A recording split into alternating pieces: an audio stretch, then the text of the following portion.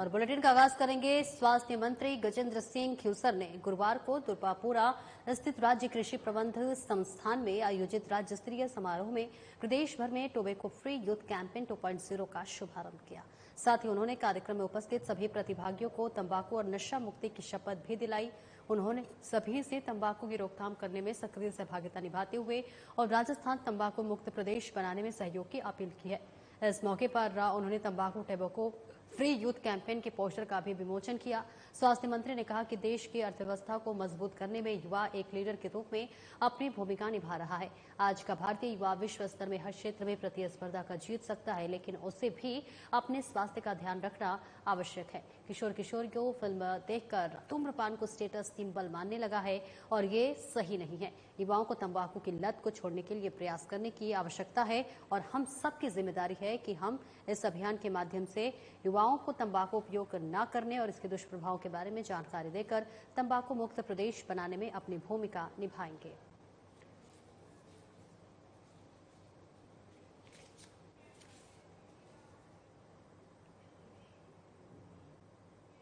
State cancer institute में अब अत्याधुनिक रेडियोथेरेपी मशीन से कैंसर रोगियों को विश्व स्तरीय उपचार मिल सकेगा। यह मशीन बेहद कम समय में कैंसर ट्यूमर खत्म कर देती है। चिकित्सा और स्वास्थ्य मंत्री गजेंद्र सिंह ख्यूसर ने इंस्टीट्यूट में रेडिएशन ऑन्कोलॉजी विभाग में स्थापित की गई लीनियर एक्सलेरेटर मशीनों और सिटी सिम्युलेटर मशीन का लोकार्पण किया। तो वहीं प्रदेश में रेडियोथेरेपी की ये नवीनतम मशीनें हैं। इस मौके पर चिकित्सा मंत्री ने मीडिया से बातचीत में कहा कि करीब 54 करोड़ रुपए की लागत से स्थापित इन अत्याधुनिक मशीनों के प्रारंभ होने से ब्रेस्ट, लंग, हेड और नेक कैंसर की जांच और उपचार में बड़ी मदद मिलेगी। लाखों रुपए खर्च होने वाला उपचार यहां निःशुल्क प्राप्त हो सकेगा। इन मशीनों से ट्यूमर का पता लगाने और रेडियोथेरेपी में सटीकता आएगी और कैंसर रोगियों को विश्व स्तरीय उपचार मिल सकेगा। वहीं लोकार्पण समारोह में चिकित्सा एवं स्वास्थ्य विभाग की प्रमुख शासन सचिव गायत्री राठौर, चिकित्सा शिक्षा सचिव अमरीश कुमार, चिकित्सा शिक्षा आयुक्त Iqbal Khan, SMS medical college के प्रधानाचार्य डॉक्टर दीपक माहेश्वरी, अधीक्षक डॉक्टर सुशील भाटी, स्टेट कैंसर इंस्टीट्यूट के रेडिएशन ऑन्कोलॉजी विभाग के प्रमुख डॉक्टर शांतु शर्मा सहित अन्य अधिकारी मौजूद रहे।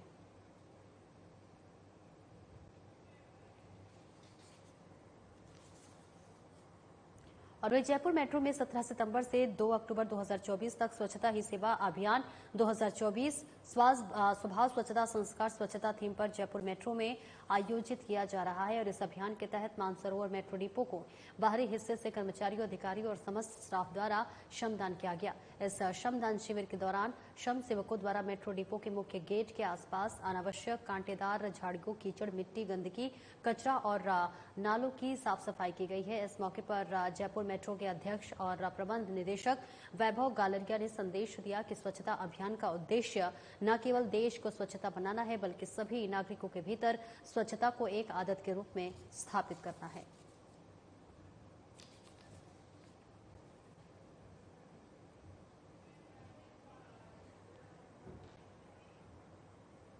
और वहीं शेरगढ़ में गुरुवार शाम को पंचायत समिति के सभा भवन में जिला कलेक्टर गौरव अग्रवाल ने शेरगढ़ विधायक बाबू सिंह राठौर व प्रधान श्रवण सिंह जोधा की मौजूदगी में जनप्रतिनिधियों आदि की जनसुनवाई की। इस दौरान जिला कलेक्टर ने कहा कि शेरगढ़ के पुराने तहसील भवन में कैंप कोर्ट खोला जाएगा। इस दौरान ग्रामीणों ने बताया कि गुमनाम सिंहपुरा में 6 माह पूर्व ताराबंदी के लिए कृषकों के आवेदन स्वीकृत हो गए थे, लेकिन बजट के अभाव में उन्हें अनुदान की राशि नहीं मिल पा रही है, जिस पर सहायक कृषि अधिकारी को तुरंत प्रभाव से भुगतान करने के लिए निर्देशित किया गया है।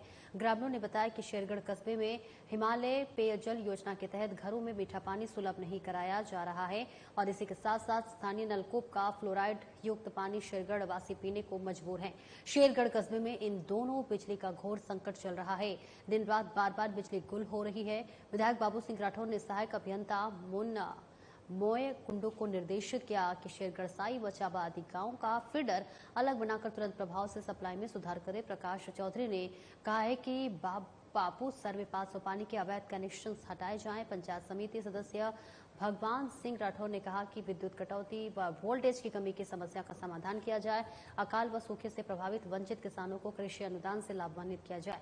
शेरगढ़ व बालेसर के बीच 50 साल पुरानी विद्युत लाइन को बदलकर नई विद्युत लाइन बिछाई जाए।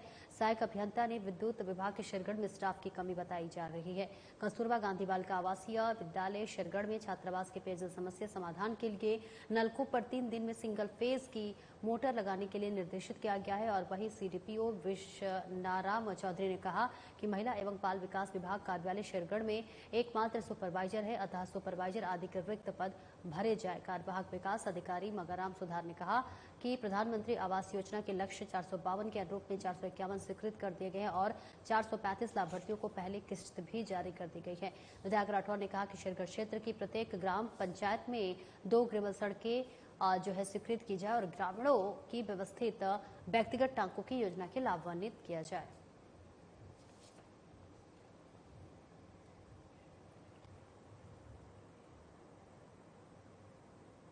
और जिला प्रभारी नरेंद्र गुप्ता गुरुवार को अलवर प्रवास के दौरान राजगढ़ पहुंचे, जहां उन्होंने कस्बे सामुदायिक स्वास्थ्य केंद्र व भौरंगी गौशाला का निरीक्षण कर आवश्यक जानकारी ले दिशा निर्देश दिया। जिला प्रभारी नरेंद्र गुप्ता ने बताया कि उन्हें अलवर का प्रभारी बनाया गया है, जिसके तहत अलवर जिले के 2 दिन के प्रवास पर इसी क्रम में राजगढ़ के 2 स्थानों पर निरीक्षण किया गया, जिसमें सामुदायिक स्वास्थ्य केंद्र व भौरंगी गौशाला देखी गई। चिकित्सालय में बहुत अच्छा ओपीडी है, वो व्यापक मात्रा में चिकित्सक भी हैं, लेकिन एक नेत्र चिकित्सक व सोनोलॉजिस्ट नहीं है।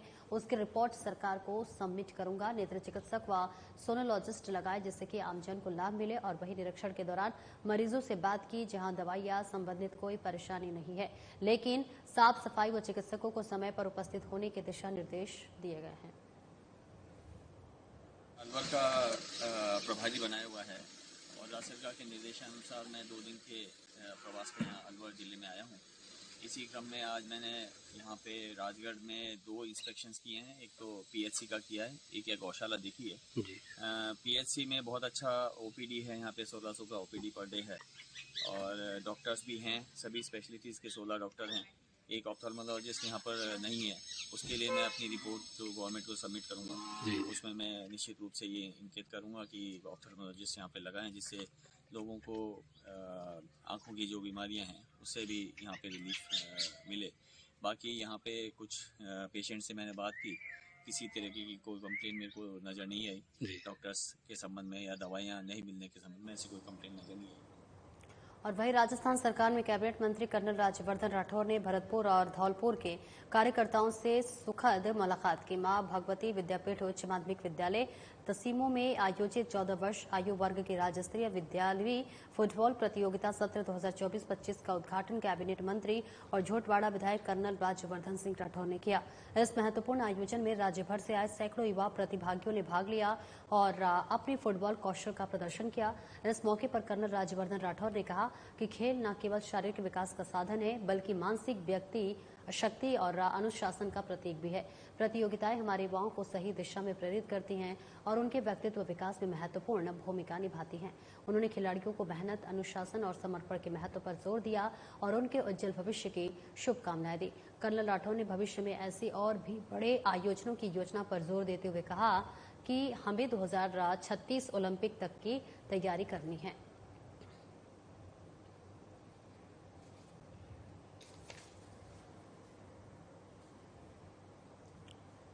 और वहीं राजस्थान फुटबॉल संघ के 2024-28 के कार्यकाल की प्रथम एग्जीक्यूटिव मीटिंग आज मिर्जा स्माइल रोड स्थित गोल्डन ट्यूलिप होटल में आयोजित हुई। मीटिंग की अध्यक्षता राजस्थान फुटबॉल संघ के अध्यक्ष कर्नल मानवेंद्र सिंह जसोल ने की। जसोल ने रोशनी टांग को राजस्थान फुटबॉल संघ की महिला विंग की नई चेयरपर्सन बनाए जाने की घोषणा की। मीटिंग में राजस्थान फुटबॉल संघ के सचिव दिलीप सिंह शेखावत और कोषाध्यक्ष कैलाश चंद खटीक, उपाध्यक्ष महेंद्र सिंह बिचारनिया, मांगीलाल काबरा, शकील अहमद, निर्मल मातोड़िया और अरविंद पाल सिंह के साथ ज्वाइंट सेक्रेटरी रफीक अहमद सिंधी, कृष्ण अवतार शर्मा सहित तमाम लोगों ने भाग लिया। मीटिंग में आगामी वर्ष में की जाने वाली विभिन्न खेल गतिविधियों और प्रतियोगिताओं के बारे में राजस्थान फुटबॉल संघ के टेक्निकल डायरेक्टर सतीश जांगीर ने बताया, जिस पर सभी सदस्यों ने विस्तार से विचार विमर्श किया। और इस मीटिंग के प्रमुख बिंदु में अगले महीने होने जा रही सीनियर महिला फुटबॉल चैंपियनशिप की मेजबानी राजस्थान फुटबॉल संघ की तरफ से की जानी चाहिए।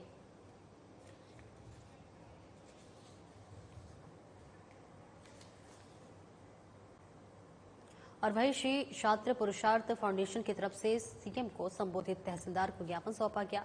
ज्ञापन में बताया गया कि 600 वर्ष पुरानी छतरी को कोटा विकास प्राधिकरण के और गैर जिम्मेदारियों अधिकारियों के आदेश पर प्राधिकरण के कार्मिकों द्वारा स्थानीय निवासियों को विश्वास के लिए बिना प्राचीन धरोहर को विस्थापित करने के लिए निर्धारित प्रक्रिया का पालन न करते हुए अपमानजनक तरीके से जेसीबी चलाकर तहस नहस कर दिया गया, जिसे लेकर कार्यकर्ताओं ने 4 सूत्रीय मांगों को लेकर ज्ञापन सौंपा है।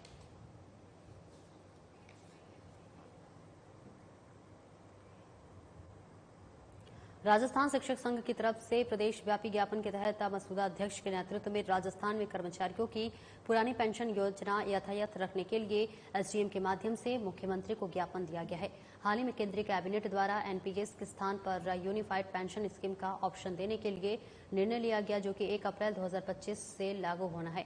इस संदर्भ में राजस्थान सरकार के राज्य कर्मचारी यूनिफाइड पेंशन स्कीम से आशंकित है और केंद्र और राजस्थान राज्य कर्मचारी पुरानी पेंशन योजना के लिए हमेशा संघर्षरत है, जहां पर पुरानी पेंशन के स्थान पर अन्य किसी अतिरिक्त पेंशन विकल्प को राज्य कर्मचारी स्वीकार नहीं करेगा। अम्बेडकर के सभी साथी जिला ब्यावर के आह्वान पर ब्लॉक मसूदा के अंदर जो हमारी मांग है पुरानी पेंशन योजना, उसके ऊपर हम आज ज्ञापन देने का उपखंड अधिकारी महोदय मसूदा पर उपस्थित हुआ है। हमारी मांग है कि हम जो सरकार के द्वारा एनपीएस या यूपीएस जो लागू की गई है उनको नहीं लेना चाहते हैं। हम पुरानी पेंशन योजना है वो ही लेना चाहते हैं। पूरे राजस्थान लेवल के ऊपर आज जो आह्वान है उसके तहत हम उपखंड मसूदा के अंदर भी ये ज्ञापन देने के लिए आए हैं और उपखंड अधिकारी महोदय से निवेदन करते हैं कि हमारा ज्ञापन मुख्यमंत्री से लेकर राष्ट्रपति तक सभी को पहुंचाने की कृपा करें, जिससे कि जो हमारी मांग है उसका जल्दी से जल्दी निराकरण हो सके। जो 1 अप्रैल 2025 से जो योजना लागू होने वाली है वो लागू नहीं होकर हम आपको पुरानी पेंशन योजना ही चाहिए। और वहीं पाली में 12 साल पुराने हत्या के मामले में 3 महिलाओं समेत 10 दोषियों को आजीवन कारावास की सजा सुनाई गई है।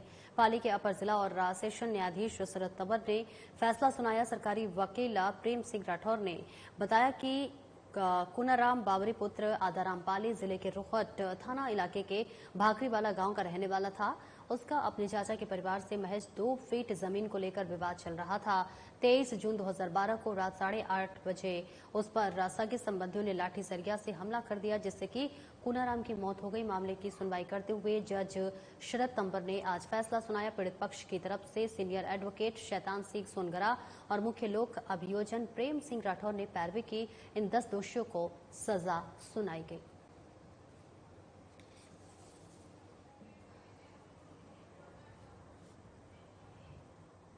और वही पॉक्सो कोर्ट ने 1.5 साल पहले नाबालिग लड़की से दुष्कर्म के मामले में निर्णय सुनाते हुए दोषी युवक को 20 साल का कठोर कारावास की सजा सुनाई है। साथ ही 2,05,000 रुपए के अर्थदंड से भी दंडित किया गया है। पॉक्सो कोर्ट के विशिष्ट लोक अभियोजन मोहम्मद मियां गुलजार ने बताया कि 16 मार्च 2023 को 15 वर्षीय नाबालिग पीड़िता के पिता ने टोडा राय सिंह में रिपोर्ट दर्ज कराई थी, जिसमें कर्मचारी कार्रवाई करते हुए पॉक्सो कोर्ट के विशिष्ट न्यायाधीश मधुसूदन शर्मा ने हीरालाल को दोषी मानते हुए 20 साल के कठोर कारावास और 2,05,000 रुपए का अर्थदंड से दंडित किया है। दिनांक 17/3/23 को 15 वर्षीय नाबालिग के पिता ने एक इस आशय की रिपोर्ट थाना टोडा राय सिंह में दर्ज की थी कि उसकी पुत्री दिनांक 16/3/2023 से घर से लापता है, जो नहीं मिल रही। जिस पर दौरान अनुसंधान पीड़िता ने बताया कि दिनांक 16/3/2023 को मेरे पिताजी सरसों बेचने टोडा राय सिंह गए हुए थे। वे माताजी सरसों काटने खेत पर गई हुई थी, है ना। मैं घर पर अकेली थी तो दिन के करीब 12 बजे हीरालाल और विजयराज का फ़ोन आया और मुझे झांसा देकर देवली बुला लिया और देवली से मुझे बस में बिठाकर कोटा ले गया और कोटा से ट्रेन में बिठाकर हैदराबाद ले गया और वहाँ ले जाकर मुझे पानी में कोई वस्तु मिला के पिला दी, जिससे मेरे शरीर में ताकत नहीं रही और मेरे साथ 2 बार गलत काम किया और मुझे 5-6 दिन तक उसी कमरे में रखा और मेरे साथ कई बार दुष्कर्म किया। और बूंदी कोतवाली में सहायक उप निरीक्षक के पद पर कार्यरत एक पुलिस अधिकारी के साथ आपको बताते चले कि देवली में 4 जनों ने मारपीट कर दी। मामले में पुलिस ने तत्काल कार्रवाई कर इन लोगों को शांति भंग में गिरफ्तार किया है। एएसआई की रिपोर्ट पर आरोपियों के खिलाफ राजकार्य बाधा में मामला दर्ज किया गया है। थाना प्रभारी राजकुमार नायक के अनुसार एएसआई ओम प्रकाश काहर है, जो कि बूंदी स्थित कोतवाली थाने में कार्यरत हैं। दरअसल देवली के तेली मोहल्ला निवासी श्याम तेली का ये प्रकरण है। मामले में श्याम तेली की पत्नी का पारिवारिक न्यायालय में भरण पोषण का विवाद है, तो वही इसके तहत श्याम तेली को अपनी पत्नी की भरण पोषण के लिए राशि देनी थी और ये राशि नियमित नहीं दिए जाने से करीब 1,45,000 रुपए हो गई है। न्यायालय के आदेश पर कोतवाली थाने के सहायक उप निरीक्षक ओम प्रकाश गुरुवार को देवली आए, जो कि श्याम तेली की छतरी चौराहे पर स्थित दुकान पर गए। बताया गया है कि यह सहायक उप निरीक्षक ने भरण पोषण की है राशि देने की बात कही है। कोतवाली जिला बूंदी में पदस्थापित एसआई श्री ओम प्रकाश जी पारिवारिक न्यायालय बूंदी के द्वारा जारी वारंट वसूली की तामील के लिए आज देवली आए थे। देवली थाने के पास में ही छतरी चौराहा है, वहाँ श्यामलाल के नाम का वारंट था। वारंट की तामील में एसआई साहब वहाँ पधारे थे, तो उनके साथ श्यामलाल और उसके परिजनों ने मुजामत कर दी है। इस संबंध में हमने श्यामलाल जी की रिपोर्ट पर, ओम प्रकाश जी की रिपोर्ट पर 4 लोगों के खिलाफ एफआईआर पंजीबद्ध की है और जिन व्यक्तियों ने उनके साथ मुजामत की है उनको हमने अरेस्ट किया अभी शांति भंग के आरोप में। बाद में अलग से उनको गिरफ्तारी की जाएगी। और वहीं तखतगढ़ बस स्टैंड पर सोने चांदी के आभूषण चोरी की वारदात का पुलिस ने पर्दाफाश कर 4 आरोपियों को गिरफ्तार कर दिया है। वहीं जिला पुलिस अधीक्षक चुनाराम जाट के निर्देश से 1 सितंबर को तखतगढ़ बस स्टैंड पर हुए सोने चांदी के आभूषण चोरी वारदात का खुलासा के लिए एक टीम का गठन किया गया। वहीं सुमेरपुर वार्ता अधिकारी और तखतगढ़ थाना अधिकारी के नेतृत्व में टीम द्वारा आसपास सीसीटीवी फुटेज तकनीक अनुसंधान कर बैग के चीरा लगाकर सोने चांदी के जेवरात चोरी करने वाले हरियाणा की सांसी गैंग का पर्दाफाश कर 4 अभियुक्त को गिरफ्तार किया गया है।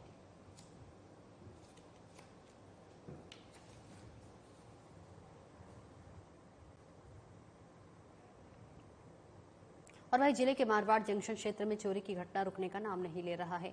बीते 2 महीने से लगातार क्षेत्र में चोरी की वारदात देखी जा रही है। आज अजमेरी फाटक के पास रावाड़ा राजपूत बस्ती में अज्ञात चोरों ने हरि सिंह राजपुरोहित नामक युवक के घर वारदात को अंजाम देते हुए 1 किलो चांदी और सोने के गहने और नकदी लेकर फरार हो गए। वारदात के समय उक्त परिवार गुजरात वापस गया हुआ था। वापस लौटने पर चोरी की घटना का पता चला। घटना की सूचना मिलते ही मारवाड़ जंक्शन थाना पुलिस मौके पर पहुंची और आसपास के क्षेत्र में लगे सीसीटीवी फुटेज खंगाल रही है।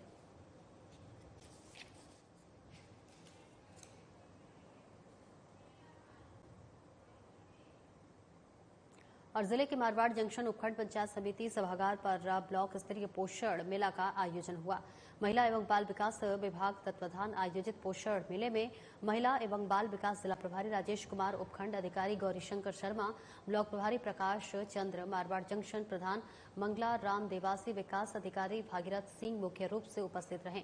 पोषण मेले में उपखंड क्षेत्र के सभी 48 ग्राम पंचायत की आंगनबाड़ी कार्यकर्ताओं में तरह तरह के खाद्य सामग्रियों से व्यंजन तैयार कर विशाल प्रदर्शनी लगाई गई। जिला एवं ब्लॉक स्तरीय अधिकारियों द्वारा आंगनबाड़ी कार्यकर्ताओं द्वारा तैयार की व्यंजनों का निरीक्षण कर अवलोकन किया गया। इस मौके पर राज्य स्तरीय सरकार द्वारा महिला एवं बाल विकास विभाग के लिए चलाई जा रही योजनाओं के बारे में भी जानकारी दी गई और साथ ही उत्कृष्ट व्यंजन तैयार करने वाले कार्यकर्ताओं को सम्मानित किया गया है। इस मौके पर गोद भराई रस्म का आयोजन भी हुआ और एक प्रस्तुति महिला की ब्लॉक स्तरीय अधिकारी द्वारा गोद भराई की रस्म अदा की गई।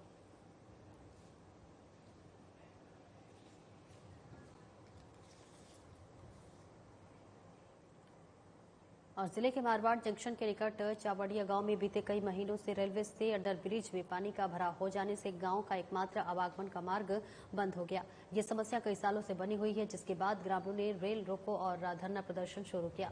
ग्रामीणों के धरना प्रदर्शन की सूचना मिलते ही रेल प्रशासन के आला अधिकारी जीआरपी, आरपीएफ, सिटी पुलिस मौके पर पहुंचे।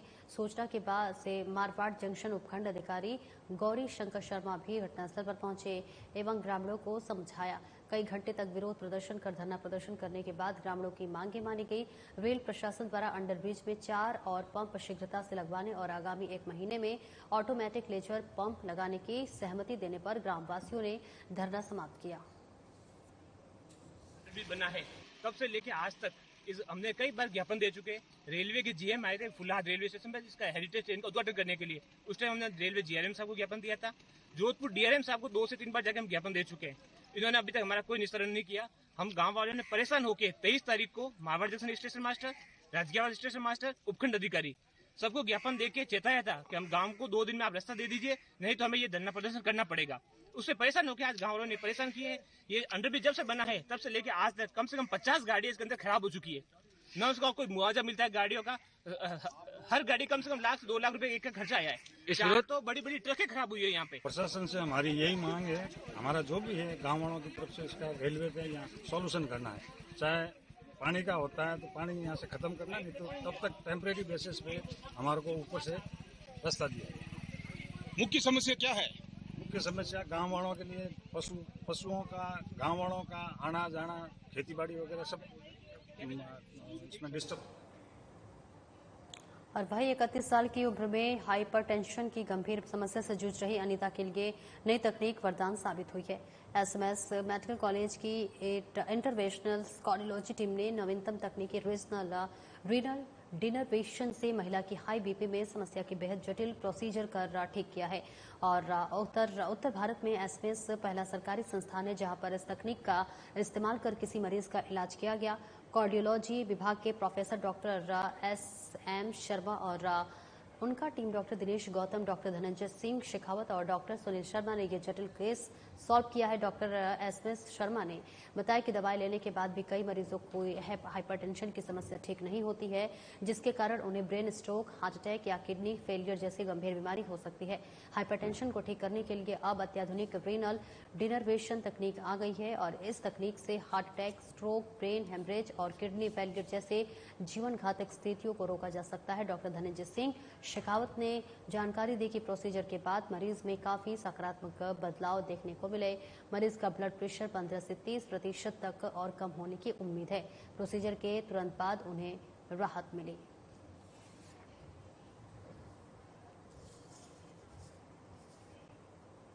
और वहीं डूंगरपुर जिले के सीमलवाड़ा पंचायत समिति ने जिला कलेक्टर की विशेष जनसुनवाई और दिव्यांग जनर और शिविर आयोजित किया गया। शिविर में डूंगरपुर कलेक्टर अंकित कुमार सिंह ने लोगों की समस्याएं सुनी। इस दौरान सभी विभागों के अधिकारी और कर्मचारी हेल्प डेस्क पर मौजूद रहे। शिविर में पहुंचे दिव्यांगजनों का मौके पर ही विशेषज्ञों के द्वारा मेडिकल किया जा रहा है और जहां चेकअप के बाद ऑन द स्पॉट दिव्यांग प्रमाण पत्र बन रहे हैं और साथ ही पात्रता अनुसार जन कल्याणकारी योजनाओं के लिए मौके पर ऑनलाइन आवेदन किया जा रहा है।